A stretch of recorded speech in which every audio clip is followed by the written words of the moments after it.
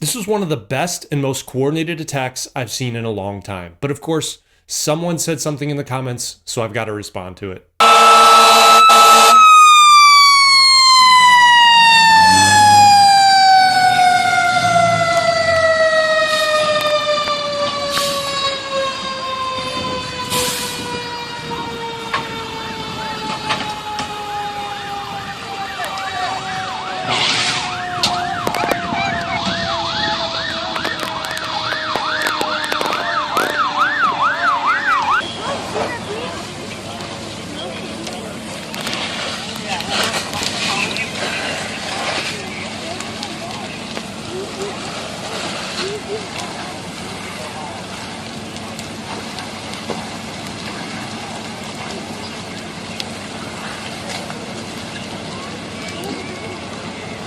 This video comes from the Delavan Fire Department, and as always, I will put a link to the original video in the description below, but I really wanted to highlight this video because it was such a great example of a coordinated attack. So let's start with the size up. As you can see here, this is your standard residential fire, nothing really unusual to speak of. They look like they have pretty clear access, no fences, no cars in the driveway, not a lot of people standing around the actual house, so that's always a positive. You don't see any power lines, that's good. You do see some exposures, that's something you always need to be aware of. It's hard to tell how far away some of the houses are, but it looks like, from what we can tell in this photo, doesn't look like there's been a lot of damage to the other houses yet. And part of the reason for that is they did something so many fire departments don't do well enough, which is getting water on the fire quickly. They deployed the deck gun.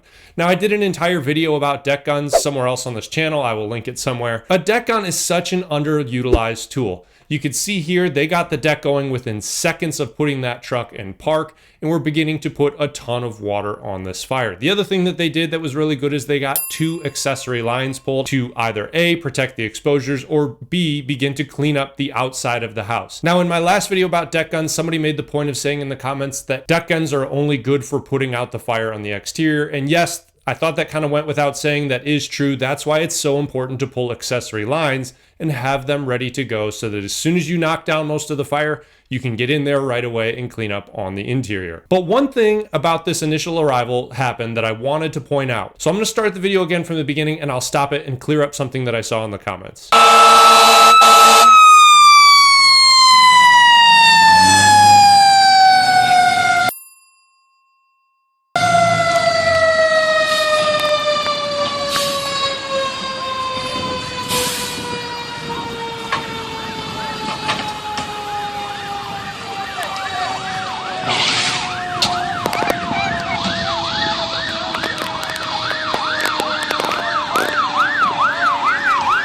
In the comments in the original video, somebody posed a question asking whether or not this was a volunteer department because they saw somebody not in gear jump on the truck.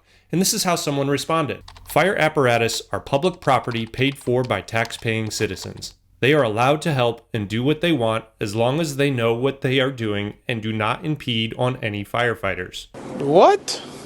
As a general rule, this is terrible advice. If you don't know what you're doing, or if you're someone that thinks you know what you're doing, do not walk up to a working fire apparatus and begin pulling tools and equipment off of it. Now, in this situation, my guess is the guy that did that either works for that department and was off duty or worked for a neighboring department. You can tell because number one, he knew how to carry the hose properly, but also he grabbed the hydrant bag.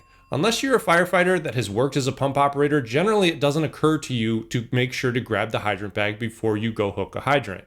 You could tell he grabbed both, so he knew what he was doing and he knew where to locate the hydrant bag on the truck. Now, if you walk up to a random working fire truck and begin pulling tools and equipment off, someone is probably going to stop you. And no, just because you are a tax-paying citizen, it does not give you the right to do that. Taxes. Number one, they don't know who you are.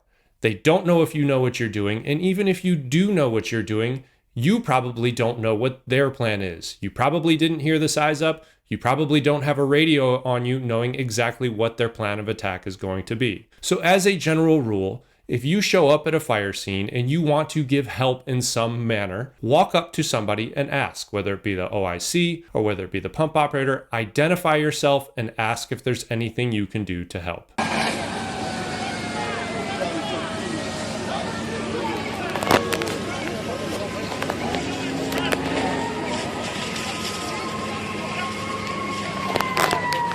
Sub 1. Mission failed. We'll get them next time.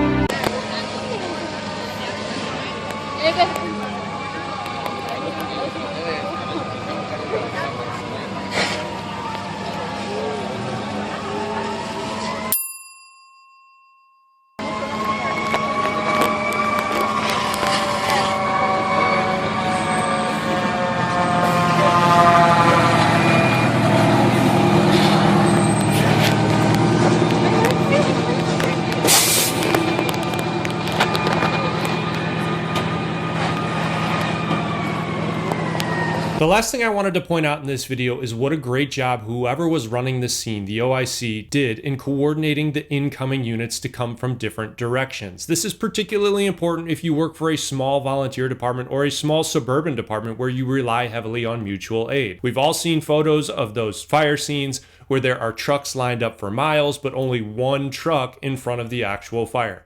This OIC did a great job making sure he coordinated this engine from here and this ladder from the other side and the squad from the other side. That's something you don't see very often, but it's always a good thing to keep in mind, especially if you find yourself in a situation where you're in charge.